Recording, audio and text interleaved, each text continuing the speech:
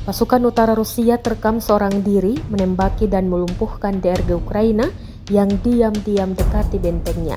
Rekamannya diunggah di Telegram pada Jumat 20 Desember 2024. Dalam keterangan unggahan disebutkan, seorang pejuang dari kelompok utara sendirian menangani DRG Angkatan Bersenjata Ukraina di area Lipsovsky.